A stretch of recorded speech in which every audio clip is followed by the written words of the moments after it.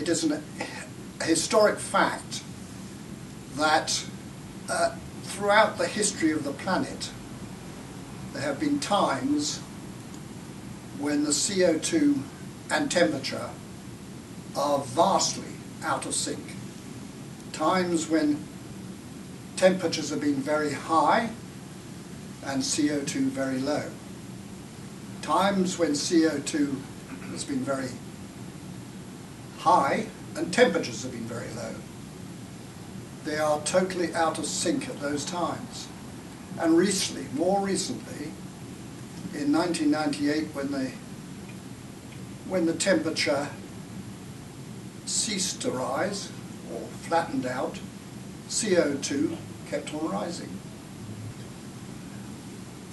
So I would submit there's a number of scientists, including Dr. William Happer, including Dr. Richard Linson, and indeed Patrick Moore and others, who are saying that CO2 is not a cause in the rise in temperature. It is indeed correlated at the moment, but at other times in history has not been a cause. There were 400 scientists in the 1970s who wrote at the time of the Copenhagen conference to ask the IPCC, the International Panel of Climate Change, to prove their hypothesis that CO2 emissions were causing temperatures to increase. They got no reply. They got no reply whatsoever. So we have to say to ourselves, where is this proof? Bearing in mind that the one who's making the assertion, the United Nations Panel on Climate Change, where is their proof? Well, you can only look at what they're doing. They are producing computer models. Now, the problem with computer models is that they're wildly unreliable. I think that has been indicated by Freeman Dyson, an eminent scientist, who said that although computer modelling is good for testing certain theories that you may have, it is totally inadequate in terms of predicting the future. And that has been proved to be the case because all the modelling computers have predicted these vast increases have all proved to be widely incorrect in the end. And indeed, part of the problem is, with all computers, they're only as good as the information you put into them. So that is not only widely difficult, it's also been accepted by the IPCC, who already admitted in 2018, I think it was, computer modelling is difficult because they have accepted that climate change is a non-linear, chaotic system and the future is not capable of prediction. That's very true because there are many, many elements to the climate which has not been taken into account. Because the truth is that no scientist fully knows how the climate works and the relative dependencies of its several parts. They may know part of it, but they don't know the whole picture. Some of the computer models have not been taken into account the water vapour, which is a great part of the the greenhouse warming that we've been talked about. The greenhouse gases, of course, are comprised as 70% of vapor, water vapor, which produces the clouds, of course, and the element relating to CO2 is 0.04% of the total. And of that 0.04%, humans are responsible for about 3%. So it's a very small factor, although a very important factor in the question of global warming. It's true that it does have an effect, and that's mainly in the situation where the greenhouse gases retain some of the heat which the sun has poured onto the earth, and it's bounced back into space, and they adjust that heat more or less. So going down now to considering... I just wonder, because we'd like to get some questions in, if it's at all possible. Yes. I just wonder whether you... Well, the most important bit I'll go to quickly Okay. is the nature.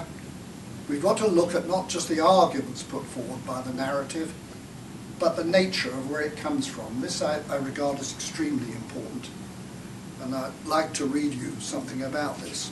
The fact is that this was formed, when I say formed, the United Nations organs on this matter were formed way back in the 80s by a man called Maurice Stone in conjunction with Al Gore, and they set up the various United Nations bodies, which including in particular the United Nations Intergovernment Panel on Climate Change. It might be worth mentioning that Maurice Strong was a communist. His cousin was buried in, or is buried in China, and had a strong connection to the regime there. He was also a member of Club of Rome. Now the Club of Rome says the planet is increasing because of overpopulation. Now that's changed as they've said that. That resources are fast running out and somehow be conserved. The economic growth is the problem and not the solution. That humanity is the real enemy, particularly the rich people and modern developed democracies.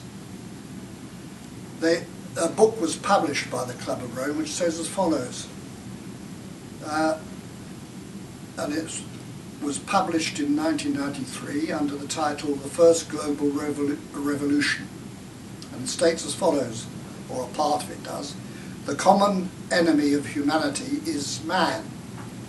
In searching for a new enemy to unite us, we came up with the idea that pollution, the threat of global warming, water shortages, famine and the like would fit the bill.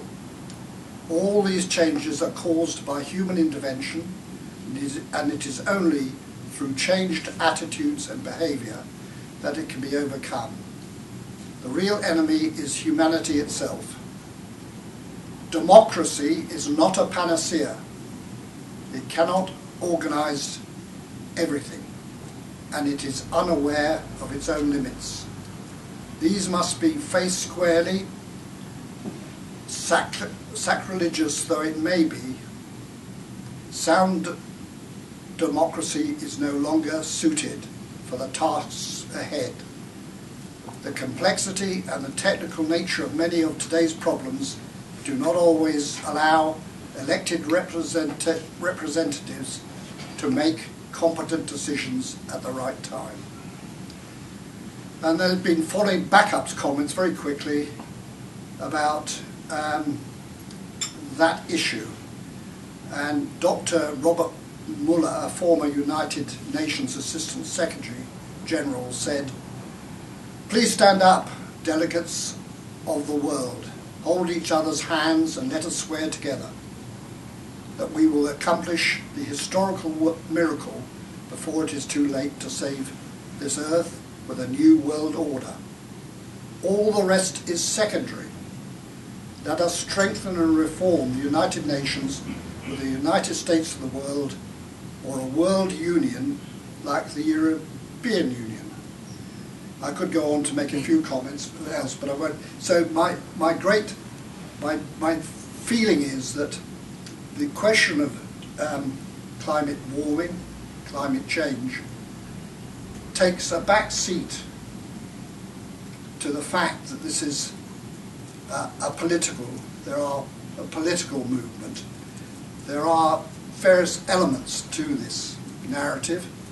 One is, of course, of a religious nature, because when we give up on religion, as G.K. Chesterton said, we do not believe on nothing, we believe on anything. So there's a religious element of fervour. People who've lost their belief in God are now fighting the religion of the climate, and they do so with great fervour and excitement. Then there is the ideological, the environmental aspect to it, and that's a very strong aspect which is running through the United Nations. Many of them are environmentalists. And then there is the political and the business element. The business element is just obvious. Anyone sees opportunities for setting up a business and making some gain out of the situation will do so. But the political is the main thrust behind all this, and you have to bear that in mind when you're considering the debates which are going on continually about this in the press and the media. What alarms me is that all of it seems to have been accepted by everyone, the press, the TV channels, the governments, and no one is putting up a debate, which is what I think we've got to proceed to. Thank you. I'll just stop at that. Thank you. Thank you.